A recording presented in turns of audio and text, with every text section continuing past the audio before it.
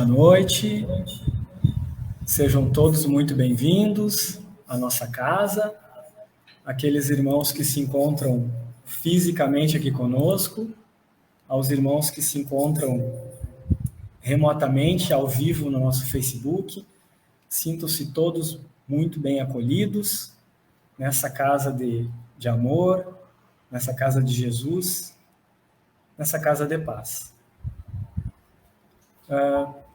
Para iniciarmos o trabalho desta noite, então, para irmos nos conectando com a espiritualidade amiga, eu gostaria de ler uma mensagem de Torres Pastorino, Minutos de Sabedoria. Procure amar a tudo e a todos, indistintamente. O amor é uma doação perene, de luz e de felicidade, sem buscar retribuições e compensações. Em todas as criaturas está Deus, que habita dentro de cada um de nós. Ame a Deus, amando o seu próximo, tanto quanto a si mesmo. Distribua compreensão e paz, para que a felicidade possa morar definitivamente em seu coração. Então, com essa bela mensagem, com essa mensagem mais do que oportuna para o momento em que vivemos, eu convido a todos os irmãos que assim desejarem para fecharem os olhos físicos, para que possamos nos conectar com a espiritualidade superior, nos elevarmos a Deus, nosso Pai, de infinito amor e bondade, ao nosso querido Mestre amado Jesus, o nosso modelo, o nosso guia, aquele que governa o nosso orbe, aos nossos mentores espirituais, anjos da guarda, e todos aqueles que aqui se encontram conosco essa noite, encarnados e desencarnados. E vamos agradecer por termos essa oportunidade de estarmos juntos, fisicamente ou remotamente, unidos para estudarmos o Evangelho do Cristo. E vamos agradecer essa oportunidade de podermos estar difundindo essas luzes entre nós e a todos aqueles a quem nos dirigimos o pensamento. Vamos aproveitar e pedir também, Pai, luzes e o amparo necessário ao nosso palestrante Joderley, ao Robson, que irá ajudá-lo na palestra, que possam fazer o trabalho, tudo aquilo que planejaram, e tudo aquilo que todos nós precisamos, a palavra que precisamos ouvir nessa noite. E assim, agradecidos que estamos, iniciamos o trabalho dessa noite. Que assim seja. Então, de imediato, eu gostaria de passar a palavra para o nosso irmão Joderley, ao Robson, que vão os responsáveis pela palestra dessa noite. Um bom trabalho, meus irmãos. Obrigado, Marcelo. Boa noite, meus nobres e queridos irmãos de caminhada. É com imensa alegria que estamos reunidos uma vez mais aqui a serviço do amor, da caridade e de Jesus, que é nosso guia, que é nosso modelo. Muito temos aprendido ao longo de nossa jornada a olhar com amor e com carinho a tudo. Sabemos do quanto Jesus torna-se um modelo, não apenas de amor e de perdão, mas de homem e de ser que nos mostrou muito através de sua força e de sua existência. E hoje, aproveitando a estadia do Robson em São Paulo aqui comigo, convidei-o a fazer parte desse pequeno momento, visto que esse querido irmão tem sempre contribuído por demais no meu crescimento e por demais na amizade. Então, trabalhar com ele é muito bom. E aproveitando ele estar aqui em casa, a gente consegue produzir mais juntos. Boa noite, Robson. Boa noite, Jorge. É sempre um prazer colaborar E esse tema que caiu, ele tem muito a ver com a minha área de estudo, então me senti bem à vontade de te auxiliar. Então eu deixo contigo. Começa, por favor. Então tá, eu vou tentar passar então o vídeo, é do meu professor, Haroldo Dutra Dias, é provável que muitas pessoas já tenham escutado falar, né? É um palestrante espírita muito conhecido. O que poucas pessoas sabem é que ele recentemente iniciou um curso de psicologia, ele está na graduação de psicologia, e como tudo que ele faz é muito bem feito, apesar de ainda estar na graduação, ele já está concluindo o mestrado em neurociências, né?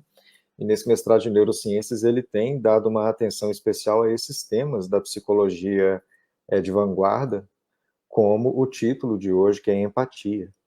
Então tem um vídeo curtinho dele, que é do canal público dele, um canal público sobre psicologia, que é o Odisseia. Ele tem um outro canal espírita, que é o Espiritualidade e Vida, que aí tem estudos de Nosso Lar, de Evangelho segundo São João e tudo. Empatia significa pedir emprestado, ainda que por alguns instantes, os olhos do outro, para que eu possa enxergar a vida, para que eu possa enxergar a relação. Mas há dois tipos de empatia. Existe a empatia emocional, uma empatia que é passiva. É aquela capacidade, aquela habilidade de perceber as emoções, os sentimentos, as necessidades do outro e sensibilizar-se com isso. Essa é a empatia emocional. Ela tem um efeito de observação. Ela tem a ver com sensibilidade, com notar o outro, com perceber o outro, colocar-se na posição do outro. E tem um outro tipo de empatia, que é a empatia ativa, proativa, que nós vamos chamar de empatia compassiva. Você sai da simples sensibilidade, você dá um passo além e auxilia, coopera com o outro para que ele obtenha o resultado tão almejado por ele. Muito bem. Então vocês viram que ele, de uma maneira muito objetiva... Vamos agora perdão. para a ação? Vamos? Como é que eu... Agora eu tenho que parar para eu falar o que eu acho. O Haroldo agora pode deixar as aulas dele lá, mas depois vocês podem entrar no canal dele, que é muito rico. E esse vídeo sobre empatia, na verdade, ele está inserido numa sequência de vídeos, né, uma série de vídeos sobre temas da psicologia profunda. E essa psicologia profunda, em termos de espiritismo, é um ramo mesmo que tenta fazer uma ponte entre espiritualismo e psicologia, e que na nossa literatura foi iniciada pelo espírito de Joana de Ângeles na obra psicografada pelo Divaldo. Então ela tem 16 livros que compõem a série psicológica de Joana de Ângeles, em que ela trata desses temas da psicologia de uma maneira científica, mas procurando fazer uma ponte com os conceitos espíritas. Então, quando a gente vai na literatura espírita clássica, né, que é as obras de Kardec, as obras de André Luiz e as complementares que vieram na primeira metade do século XX, esse tema não é tão ventilado. Não se fala muito, especialmente com essa grafia, né? Falar de empatia não é o comum. Mas, então, depois que Joana de Ângeles começou a fazer a publicação dela, e já foi no final do século XX que ela chegou com esses livros, né? Sobre psicologia e espiritismo, numa interface assim, muito interessante, muito essencial para nós todos, porque começa a delinear um outro patamar, um outro nível sobre o que significa reforma íntima, o que significa transformação para ser um homem novo, o que significa vários conceitos evangélicos em termos da mudança da nossa postura mental, e não só do nosso comportamento. Porque às vezes a pessoa muda o comportamento, mas não muda a postura mental e nem assimila essa mudança que deve ser feita internamente, né? Que seria a reforma íntima. Então, dando um exemplo assim sobre como eu assimilo ou não uma mudança, né? A pessoa, ela fuma, ela pode não fumar, parar de fumar, mas por dentro ainda ser dependente daquilo e pensar em cigarro o dia inteiro e não poder ver outra pessoa fumando. Quer dizer, ela mudou o comportamento, mas no fundo ela não mudou internamente. Claro que mudar o comportamento é o primeiro passo, mas isso não quer dizer que a mudança está efetiva. Então, essa psicologia que tenta fazer uma ponte entre os conceitos espíritas e essa reforma íntima de um ponto de vista mais atual, fala muito sobre empatia dessa ótica que o Haroldo Dutra Dias trouxe no vídeo dele, que empatia seria eu conseguir pegar um óculos emprestado e com esse óculos ter a visão do outro sobre um determinado assunto. Não necessariamente o assunto que está em conflito entre nós, mas muitas vezes, sim, o assunto que está em conflito é o que necessita da empatia, né?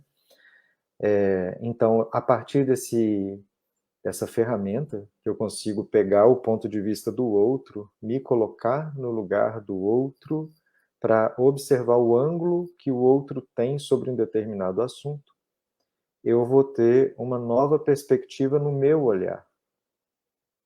Eu vou ter uma nova maneira de encarar um certo ponto de vista, né?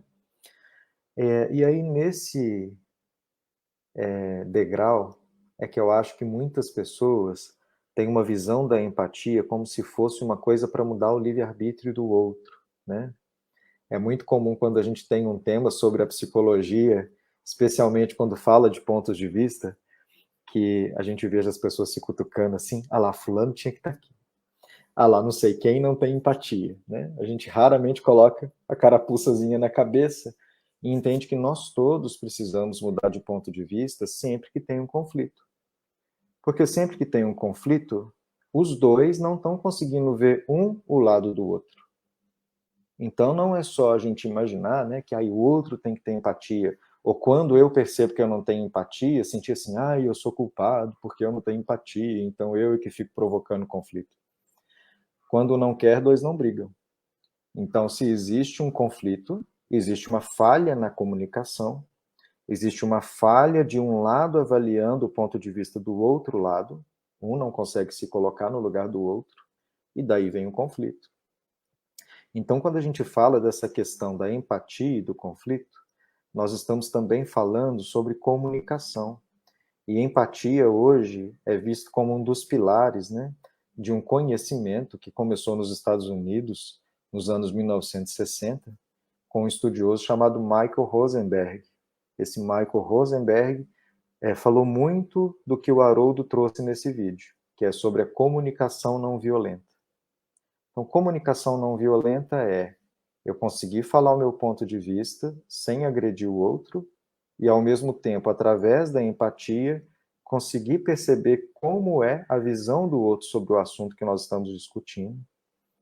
E, a partir, então, de eu ter a visão dupla, né, a minha visão e a visão do outro, conseguir produzir uma ponte que nós vamos conseguir nos comunicar de uma maneira produtiva e não de uma maneira agressiva ou destrutiva.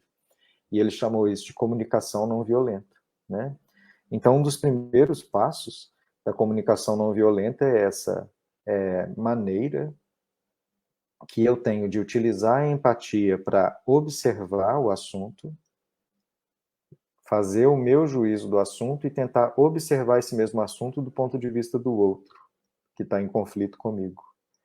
E a partir dessa observação perceber que sentimentos estão em jogo ali naquele conflito, né? O que eu estou sentindo, o que o outro deve estar sentindo, e a partir dessa avaliação dupla eu consegui chegar num consenso, né? Que então eu consigo me colocar no lugar do outro para ter essa visão completa. Depois que eu tenho a visão completa, eu tenho que compreender as necessidades. Então, sempre que tem um conflito, a necessidade de alguém não está sendo ouvida. Raramente a pessoa briga se ela sente que as necessidades dela estão sendo satisfeitas ou que ela está sendo ouvida. Se ela está brigando é porque tem algo que ela sente injustiçada ou ignorada ou desprezada. Então, à medida que a gente tem esse tipo de terceiro passo da empatia, que é compreender assim, nós estamos em conflito, eu tenho a minha necessidade e o outro também tem a dele. E essas necessidades conflitantes é que estão gerando uma falha na nossa comunicação para tentar chegar no meio termo entre a minha necessidade e a do outro, né?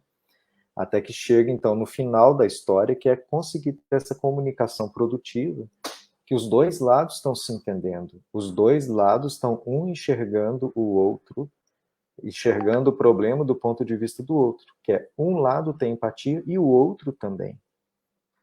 Então, quando a gente pensa assim, a empatia, eu conseguir me colocar no lugar do outro, então eu sempre vou ter disponibilidade para ajudar esse outro, ou fazer o que o outro precisa. Isso é só metade da história, porque se eu faço empatia assim, e as minhas necessidades? E os meus sentimentos, né? Se eles são ignorados, eu vou ficar ferido e eu vou começar a me comunicar da forma violenta. Eu vou começar a ser o desequilibrador da história. Então não é a gente enxergar como se fosse assim, né? Empatia é uma coisa que é como se fosse uma obrigação.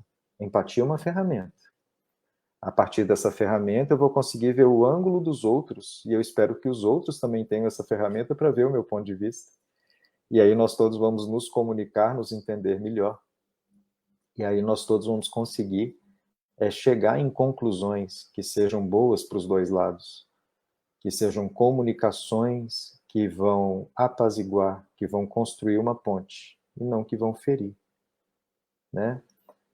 Agora, na segunda metade, aí ele falou sobre a empatia ativa, que em parte tem uma relação com a empatia, que aí se transforma numa ação. E nessa segunda parte, apesar de na psicologia ter um outro significado, a gente enxerga também que a gente pode fazer uma ponte com a mediunidade. Porque a empatia é sensibilidade, é conseguir ver o ângulo do outro.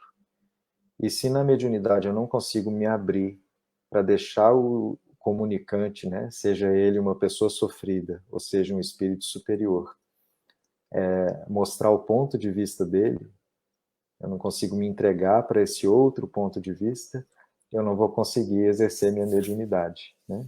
Agora, sobre mediunidade, aí nosso amigo Jordelei sabe falar com muita propriedade sobre a experiência dele, né? Sobre isso de ter uma sensibilidade e conseguir se colocar no lugar do outro, que tem a ver com esse tema da noite.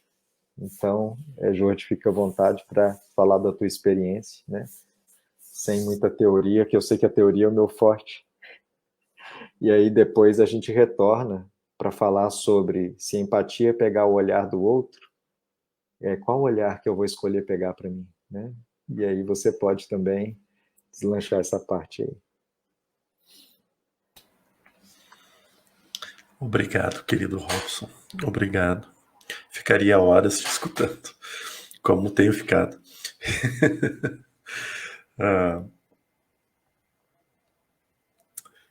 Se nós olhássemos com muita atenção a história da sociedade humana, nós veríamos que muitos vieram e nos mostraram a necessidade de uma mudança, seja num período turbulento, ou seja, principalmente de consciência.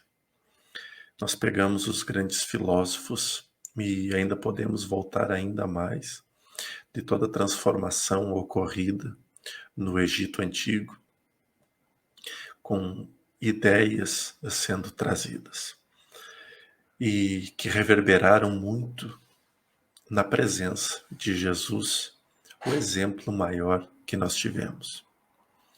A gente consegue observar claramente a preparação que foi desses avatares que por aqui passaram, de trazer, acima de tudo, o conceito da fé, da esperança e dos dias melhores que estavam e estão por vir. Mas quando a gente pensa em exemplo de empatia, como falava com o Robson logo cedo, é Jesus. Não há uma única história contada e comentada sobre ele. Não há um único livro até hoje escrito sobre ele. Não há um evangelho que possa ser relido ou comentado, seja ele apócrifo ou não, em que este ser se coloca na condição de estar sempre nos olhos daqueles que estavam frente a ele. Claro que quem sou eu para dizer mais ou menos, mas partindo apenas do pressuposto das perguntas de Kardec aos benfeitores espirituais que orientavam através da falange do Espírito da Verdade, de que Jesus foi o Espírito mais puro que tivemos acesso. E isso são palavras trazidas por eles e não por mim. Mas eu sou muito fã de Jesus. E esse carinho começou há muito tempo atrás, ainda quando era criança, e participava da liturgia, de montar as missas, de organizar as cerimônias religiosas. Como morador de uma cidade no interior, como católico, e já gosto muito de lembrar que um dos pontos principais que me levavam à missa não era a fé, mas era comer hóstias, que eu achava incrível, né? Mas por este gosto veio outros conhecimentos e que acabaram me fazendo a pegar muito naquele ser que aparentemente nas igrejas apresenta sempre o olhar do sofrimento. Nós o vemos pregado na cruz, nós o vemos ferido, nós o vemos com a coroa de espinhos, ou por vezes até já deitado, né, sendo conduzido apenas o seu corpo já desfalecido. Assim, nossa fé se formou por muitos anos. Por mais de 1000 anos, nascemos e renascemos com um olhar deste Jesus que cura, que abençoa, mas que acima de tudo sofreu por nós. Este conceito de sofrer por nós é um dos pontos primordiais em termos de olharmos com esse olhar atento da empatia. Porque no fundo nós sabemos que Jesus não morreu por nós. Nós sabemos que Jesus nos libertou, mostrando sim as capacidades, as possibilidades que temos. E principalmente nos seus ensinos, voltado ao perdão, à ação, à caridade e à cura. Veja essa sequência toda, como ela faz parte exatamente do que nós escutamos, por que o Robson trouxe, e escutamos pelo que o nosso querido Haroldo Dutra Dias também nos trouxe. Quando começamos o processo da mediunidade, chegamos às casas espíritas muito confusos, porque muitas coisas ocorrem ao nosso redor. Na grande maioria das vezes, a mediunidade surge por desequilíbrios, muitas vezes ocasionados por obsessões severas ou até mesmo desconfortos energéticos, não associados à obsessão. Conforme começamos o trato das terapias espirituais através da água fluidificada, através da fluidoterapia, que são os passes magnéticos, mas acima de tudo, do processo da evangelização através da palestra, através da orientação, do atendimento fraterno, nós começamos a entender exatamente este processo de estarmos frente a alguém que, por algum instante, tentará compreender a nossa dor. Todos nós aqui, em algum momento da nossa existência, se não no atual, passamos por dificuldades. E como é bom quando encontramos ouvidos atentos, olhos apaziguados e um ombro amigo que nos recebe, às vezes apenas com um abraço, outras tantas apenas por se colocar na condição de bom ouvinte. A dor parece se dissipar. Esse processo, aos poucos, começa a proporcionar que uma transmutação, que uma mutação, que uma modificação daquela energia se dê naquele instante. Então, orientador e orientando, talvez assim possamos nos colocar nesse momento, auxiliado por uma corrente de luz muito grande, começa a mover. E as dores e os sentimentos e as aflições começam a ser sentidas e vividas. Eis o primeiro passo de um trabalho lindo e belo, que é o da libertação pelo esclarecimento. Porém, só este trabalho ainda não nos liberta por completo, porque Jesus, como modelo, ele também nos disse que, dado o momento, chegado a oportunidade, a verdade nos viria e a verdade nos libertaria. Passamos mais de milênio escutando e esperando, imaginando qual das verdades seria essa manifestação. Chegamos até imaginar que esta verdade seria o retorno, o regresso de Jesus. Mas hoje, mais do que nunca, a cada obra, a cada página lida, temos uma única certeza: Jesus nunca saiu daqui. Jesus sempre permaneceu aqui, conosco, ao nosso redor, no nosso ambiente. Então, a verdade só poderia, nesse momento, ser uma: o esclarecimento. Termos a capacidade de compreender, às vezes de forma muito pequena, outras, às vezes, um pouco maior, aquilo que nos envolve. Por que será que Deus, este ser de pura misericórdia, de amor incondicional, nos coloca no seio de uma família para sofrer? Coloca no núcleo de um aglomerado de pessoas para chorar. Não parece compatível a misericórdia que escutamos, que lemos e que sentimos no dia a dia por este ser. Também muito incompatível com a presença manifestada do poder divino através de um homem Deus chamado Jesus. Então, tudo nos leva a crer que, por vezes, nós, ainda que pequenos e errôneos, somos mais gentis, mais amorosos, mais simpáticos, mais compreensivos, mais tudo do que em relação à misericórdia do Criador. Vemos outras vezes Jesus ainda maior, porque, como disse, nesse processo de crescimento, um período em que afastado fiquei de toda a fé, alguns irmãos evangélicos chegavam a mim e diziam: que Deus te abençoe, que Jesus te abençoe, Jordelei.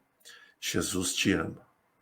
Muito escutei isso num período em que eu não queria saber absolutamente nada sobre Jesus, sobre religião e sobre fé. Aí, não suficiente, chega mais irmãos evangélicos, e um deles, pastor, que se tornou um amigo que não tem palavras para medir. Ele me ensinou a pensar ainda como Jesus agiria no teu lugar. Qual seria a resposta que Jesus daria a essa tua revolta? Que olhar teria Jesus para com este que te ofende? Este pastor evangélico da Assembleia de Deus, nas aulas de trompete que ministrava, me fazia tamanhas reflexões. Até que um dia ele me pergunta: Jordelei, eu gosto tanto de ti, minha família gosta tanto de ti.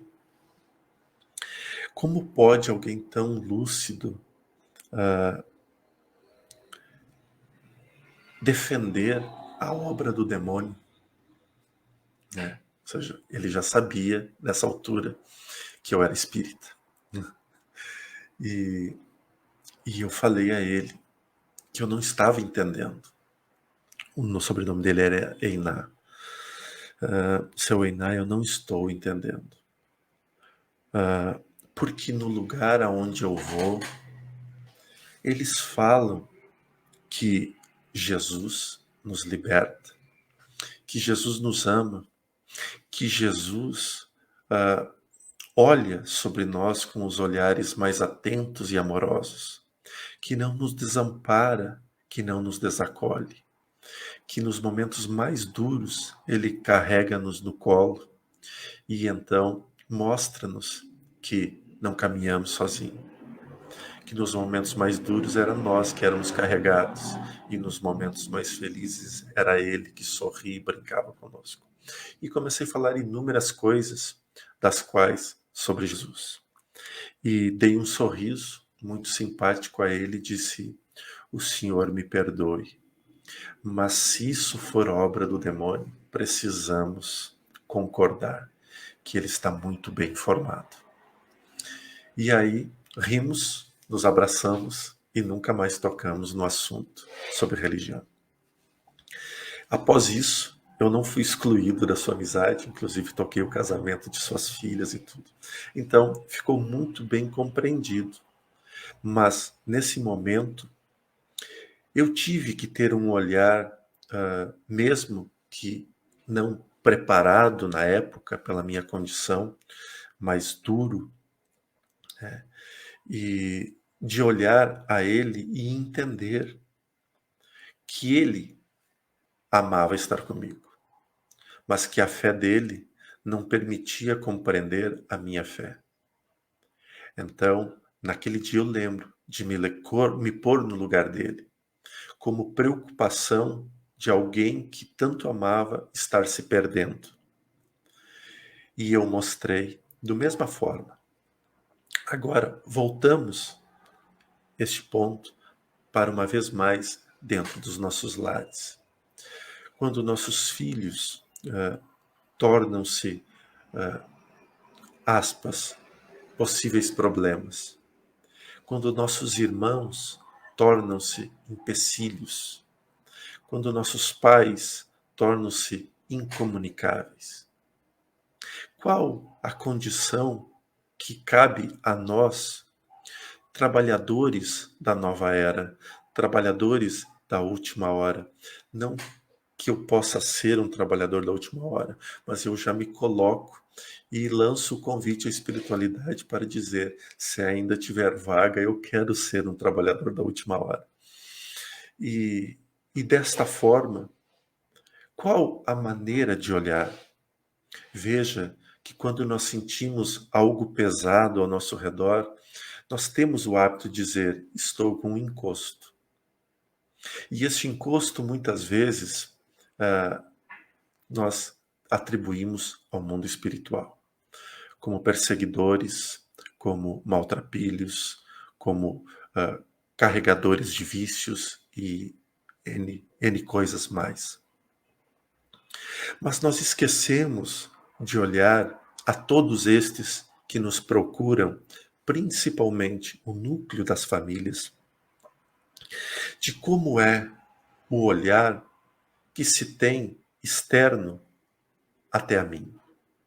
Qual a visão que eu tenho passado para tudo aquilo que me envolve e que me rodeia? Qual o sentimento que talvez não esteja sendo demonstrado de simplicidade, de humildade, de resiliência, de resignação, de paciência, de tolerância, para aqueles às quais eu fui colocado como uma ferramenta para que a verdade viesse e me libertasse. Então, caminho pelas ruas e vejo e vemos algo muito maior, porque este ser de misericórdia infinita, né, como no Rio Grande do Sul gostavam muito de dizer, o patrão velho, né, o nosso patrão maior, e este ser consegue nos unir numa única e grandiosa família. Então, aquele ser que passa pela rua, às vezes maltrapilho, com mau cheiro, passando as suas necessidades, nós olhamos e pensamos, qual é a caridade nesse instante? E não estou falando dos 10, dos 25, dos 50 centavos que por vezes carregamos no bolso. Nem da maçã, nem do quilo de arroz, nem do quilo de feijão, do quilo de massa. Mas quantas vezes nossas mãos, através de um dos órgãos incríveis que carregamos, chamado coração, não se aqueceu, e ele aquecido tenha vindo através de nossos olhos ou de nossa voz, dizer que Deus te abençoe.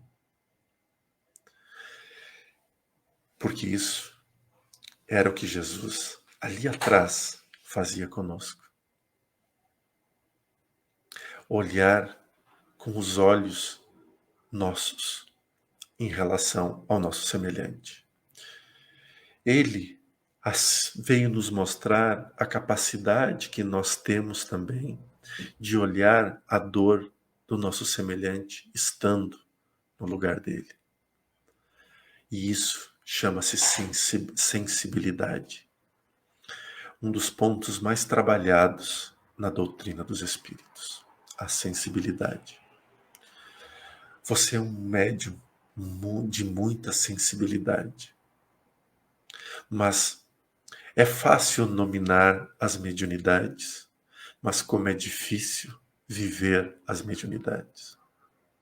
Talvez por isso inúmeros e inúmeros irmãos tenham caído sobre o véu do esquecimento e sobre o véu da ignorância, tendo estado e caminhado por longas datas ao lado de Jesus.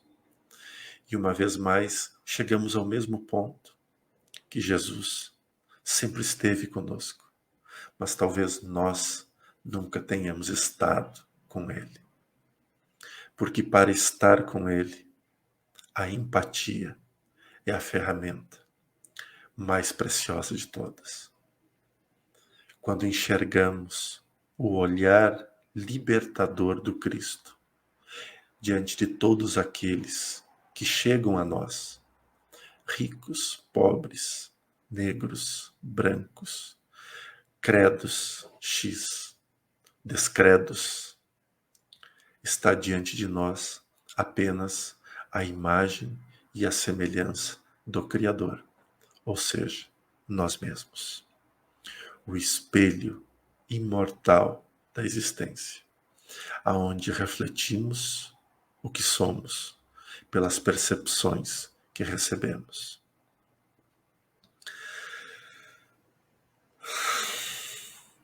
Às vezes eu falo demais, me desculpem, meus irmãos.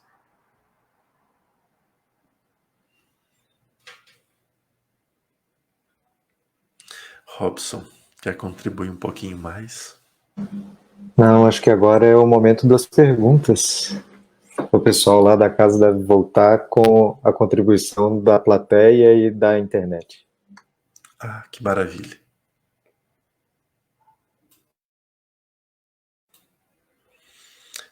Então, meu querido Marcelo, acho que agora é contigo.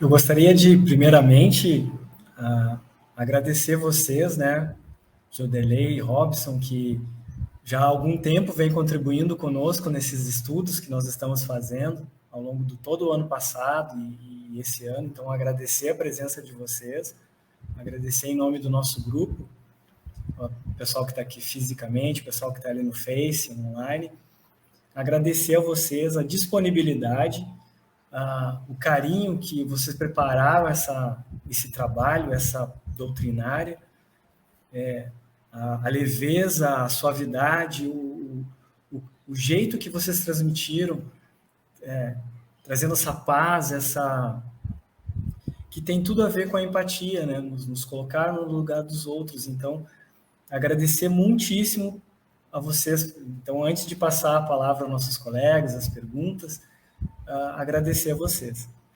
E gostaria também de fazer um lembrete que o pessoal que está fisicamente aqui na casa, todos estão usando máscara, tem o álcool gel ali na entrada da casa, o distanciamento. Então, eu estou sem máscara, porque eu estou afastado, e para facilitar a captação do áudio, mas nós estamos seguindo aqui todos os protocolos da nossa região. Nós temos aqui algumas palavras. A Carla, a nossa amiga Carla, te agradecendo vocês dois, que foi muito emocionante, como sempre, né? Isso é verdade, quando vocês falam é sempre muito emocionante. Então a Carla está agradecendo vocês. O Fernando dos Santos, ele deu boa noite e falou: a empatia ajuda o próprio conselheiro a se conhecer, ao se permitir compreender a história do outro, mediante a sua escuta atenta. Muito edificante as colocações de vocês. Bem oportuna a colocação deles, né? Eu gostaria de fazer uma pergunta minha para vocês, assim. Quando a gente se coloca no lugar das pessoas, e às vezes é difícil, né? Às vezes o nosso estado egoísta às vezes prevalece, a gente não se coloca no lugar dos outros. Mas quando a gente se coloca, eu gostaria de como a gente trabalhar a parte de se colocar no lugar do outro e às vezes a gente acaba assumindo as dores do outro. Como trabalhar isso, sabe? De não passar do limite, de daqui a pouco se intrometer demais ou de menos, né? Como é esse limite para vocês? Assim, eu gostaria que falasse um pouquinho sobre isso, se fosse possível. Eu prefiro começar essa resposta. Porque isso é uma coisa. Acho que tem que fechar o seu microfone. Isso é uma coisa que é muito, vamos dizer assim, objetiva no treinamento de terapia, de psicologia e de psiquiatria, que é a minha área, né? Porque você sempre tem a sua visão do que é bom para o outro, mas você tem que ter também aquela, vamos dizer assim, aquela estrutura interna para suportar que, no fundo, a escolha desse outro, né? E isso começa das doenças físicas mesmo. Então, por exemplo, um médico cardiologista, ele recebeu um paciente, escutou esse paciente com toda a atenção, mas às vezes no final da consulta ele chega na conclusão assim: esse paciente tem que parar de fumar, parar de beber, fazer exercício 3 vezes por semana, perder 45 quilos, começar a dormir às 10 da noite, acordar às 6 da manhã, ele tem que parar de virar à noite em boate. Então ele faz uma lista de coisas que ele percebe que são boas para aquela pessoa mudar. Só que se ele vira para o paciente e fala assim: aqui tem 10 coisas que você vai mudar na tua vida e você tem que mudar todas até o mês que vem, senão você vai morrer. É provável que, se ele não fizer isso de uma maneira de se colocar no lugar da pessoa, das dificuldades que ela vai ter para cumprir aquela lista, que o paciente simplesmente não volte no consultório, né? Ou que o paciente ele desista do tratamento, já que não tem jeito mesmo, vou enfiar o pé na jaca e vou morrer mês que vem, mas eu vou fazer do jeito que eu dou conta, né? E aí isso que seria empatia, entender que a mudança nem sempre está ao alcance desse outro. Então, existem sempre muitos lados da gente avaliar, e eu acho que o perigoso é quando a gente toma a empatia como isso, como uma regra. Empatia não é regra, empatia é ferramenta. É eu conseguir me colocar no outro para ver o ângulo dele. Mas não quer dizer que o ângulo dele, entre aspas, está certo, ou que o ângulo dele é melhor que o meu. É diferente. E aí eu vou me enriquecer do ângulo dele, ele vai se enriquecer do meu, e nós vamos fazer uma transformação mútua, né? Então, assim, tem hora que é como se fosse isso, né? A empatia fala muito do nosso egoísmo. Nós todos somos egoístas. E a gente custa admitir isso. Porque dói no nosso orgulho, né? Dizer que nós somos defeituosos, que nós ainda não somos essa beleza toda que o Evangelho fala no homem novo, né? Nós ainda somos o homem velho, nós ainda fazemos um monte de meleca, mas o nosso orgulho não quer admitir isso. Então tem hora que a empatia também é conseguir olhar para nós mesmos com esse olhar diferente, de que a gente também merece esse cuidado, sabe? Então, quando a gente está nessa dúvida sobre o limite, é porque provavelmente eu estou tentando mudar o livre-arbítrio de alguém. Às vezes o livre-arbítrio do outro, e às vezes eu não estou conseguindo entender o meu próprio limite do meu livre-arbítrio, né? Como se eu fosse responsável por esse outro. E a ideia da empatia não é essa. A ideia da empatia é eu conseguir ver o ponto de vista do outro para eu entender o comportamento dele, mas nunca para eu me responsabilizar por ele. Ele é uma alma livre, ele é um espírito tão importante quanto eu. Eu não tenho que salvar ele, né? Eu não tenho que me responsabilizar pelas atitudes dele, sabe? Então tem hora que a gente confunde um pouquinho essas coisas. Mas é isso. Eu nunca fui preparado para isso. Mas, ao mesmo tempo, parece que isso sempre aconteceu comigo. As pessoas sempre acabam nos procurando porque acham-nos bons conselheiros, bons amigos. E então, eu nunca criei uma ferramenta para dizer assim eu faço, né? Até para me proteger. Mas teve um momento na vida, Marcelo e queridos irmãos, em que, diante dos atendimentos fraternos inúmeros que realizava junto ao lar de Juliano, enquanto trabalhador assíduo, né, e foi tentar sair do trabalho, retornando para casa, mais leve do que mais carregado. Porque eu trazia tanto aquelas dores para mim, que terminava a sessão mediúnica, a sessão de trabalho doutrinário, e eu retornava para casa tentando digerir ainda os sofrimentos e as dores. Teve 2 exemplos que foram muito marcantes para mim. Uma vez que eu estava em atendimento e estava junto e assessorado pela espiritualidade amiga, né, através de um querido irmão chamado Aikenaz, que me acompanha. E uma jovem veio desesperada, pedindo socorro. Tinha 17 anos. Porque a mãe dela odiava ela e queria matar ela. Aquilo me chocou imensamente. Eu tinha há recém 4 anos de vivência espírita. Ou seja, do 0, 4 anos, né? Ou seja, 0 também. Ou seja, 0 experiência, 0 conhecimento. E aquilo me chocou de uma forma tão intensa que eu tive a oportunidade de esse espírito me ajudar a responder. Acalmar, principalmente, não era nem responder, era acalmar. E na minha cabeça, aquilo era impossível, porque eu via inúmeros pais da minha rotina, do meu dia a dia, que não tinham problemas com filhos, mas não, me odeia e quer me matar. Então, tentei conversar, foi uma conversa muito fraterna e acalmou aquela pessoa. mas aquilo me doeu por demais. A lição não tinha acabado ali. O segundo atendimento, depois deste, era a mãe. E a mãe me disse com todas as palavras: eu odeio minha filha. Se eu pudesse, eu a matava. Aquilo reverberou-se de uma forma que eu não sabia mais como reagir, porque estava diante de um caso físico de obsessão.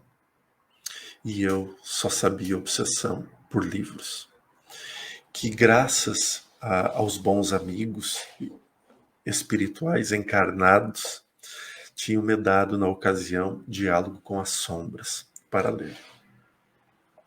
E rapidamente eu tentava trazer conhecimentos ainda esparsos e pequenos para tentar tirar a dor que estava em meu coração naquele momento.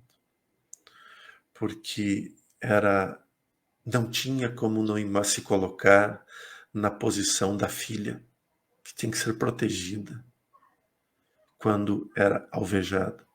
E também não tinha como não se pôr no lugar da mãe que não conseguia e que tentava. Mesmo assim, ambas estavam dentro de uma casa espírita, tentando. Porque poderiam ser dias diferentes, horários diferentes, mas ambas assistiram à mesma palestra, conversaram com o mesmo trabalhador. Isto era muito esforço e muita dedicação. Então ali foi a primeira vez que eu entendi que eu não podia levar os problemas para minha casa, porque senão eu ia adoecer. A segunda aula preciosa foi quando nasceu meu filho. A espiritualidade que nos ama, e que precisa de muita empatia, muita empatia, me mostravam em todas as noites algum problema que o meu filho ia ter. Por vezes o velório dele, por vezes as doenças que ele teria, por vezes as deformidades que ele teria, enfim. Até que um dia, em uma conversa, eu disse a esse irmão, meu querido irmão, eu não posso fazer nada, porque ele está no ventre da mãe. Mas se Deus confia a mim tão árdua tarefa, eu só posso dizer que assim seja e graças a Deus. Eu não posso fazer mais nada. Eu vou amá-lo como filho, eu vou dar o melhor, mas que seja feita a vontade de Deus.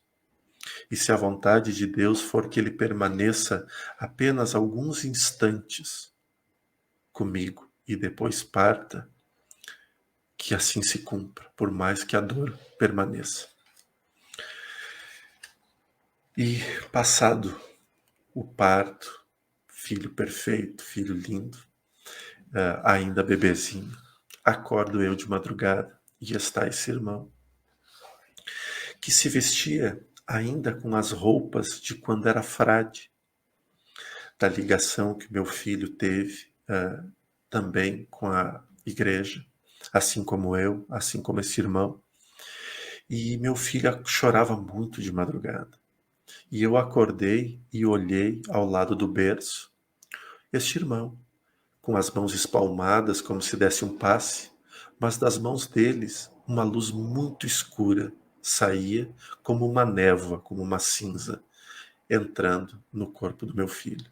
E ele chorava. A primeira reação é partir como uma fera em defesa do filho. Quando eu raciocinei e pensei, o que é isso? A espiritualidade estava ao meu redor para dizer, meu filho, este é o compromisso assumido entre eles dois. Você não pode interferir. Você pode sim orientar com amor e com oração o seu filho e, através do seu filho, chegar a este coração. Mas você não pode alterar em momento algum as provações vividas por eles. Porque senão mais uma existência não terá ajuste. A partir daquele dia, eu entendi, com muito amor, que eu não posso interferir na ação dos outros. Eu só posso aconselhar com amor e com respeito.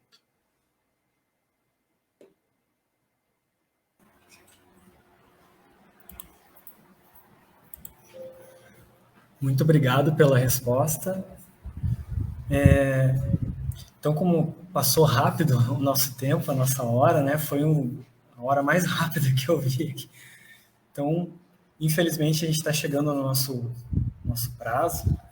Então, eu gostaria novamente de agradecer vocês, né? A presença, a disponibilidade e principalmente o carinho que vocês trouxeram e passaram para nós. Essa serenidade de vocês é contagiante. E eu gostaria de chamar agora a nossa amiga Carla, que ela gostaria de falar umas palavrinhas para vocês.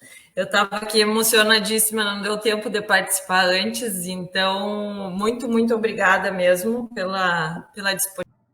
Então, novamente, agradecendo a vocês, uma boa noite e até a próxima. Muito obrigado, meus. Boa noite.